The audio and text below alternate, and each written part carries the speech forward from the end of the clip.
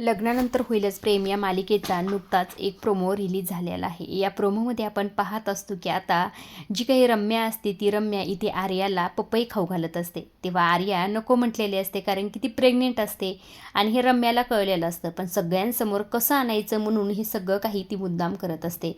आता इकडनं रम्या म्हणत असते, म्हणजे तुला हे फ्रूट्स आवडत नाही का, तू प्रेग्नेंटच म्हणून खात नाही?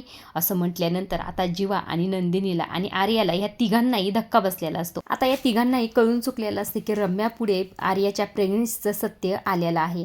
आता पार्थला तर माहीत असतं, काव्याला सुद्धा माहीत नसतं, त्यामुळे काव्याला सुद्धा या गोष्टीचा धक्का बसलेलाच आहे. इकडनं ह्या दोघी फोर्स करत असतात. आता इकडनं वसू म्हणत असते, अगं आर्या सांग, ह्या बाळाचा बाप नेमकं कोण आहे म्हणून आम्हाला सुद्धा कळू दे. असं म्हटल्यानंतर आर्याला टेन्शन आलेलं असतं. इकडे जी काही रम्या असते ती सुद्धा म्हणत असते, अगं सांग आर्या, आम्हालाही कळू दे, आणि 9 महिने झाल्यानंतर ही कळणारच आहे ना गोष्ट.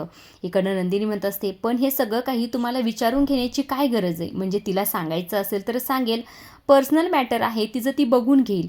असं म्हटल्यानंतर इकडनं रम्या म्हणत असते, अगं पण तुला काय प्रॉब्लेम आहे ना? तिच्या बाळाचं पप्पाचं नाव जर आपल्या सगळ्यांना कळलं तर आम्ही थोडंच कुणाला सांगणार आहोत, ही तर चांगलीच गोष्ट आहे ना.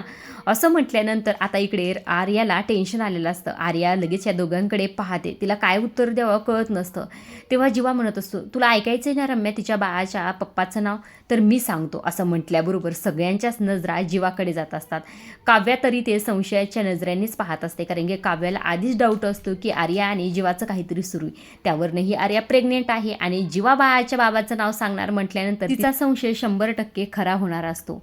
आता काव्या नेमकं काय रिॲक्ट करते आणि इकडे जीवा बाळाच्या पप्पाचं नाव काय सांगतो हे पाहण्यासारखंच आहे. आजच्या पुरतं एवढंच. अशा डेली मालिकेचे अपडेट, नवीन प्रोमो जर जाणून घ्यायचे असतील तर चॅनलला जरूर सबस्क्राईब करा. धन्यवाद.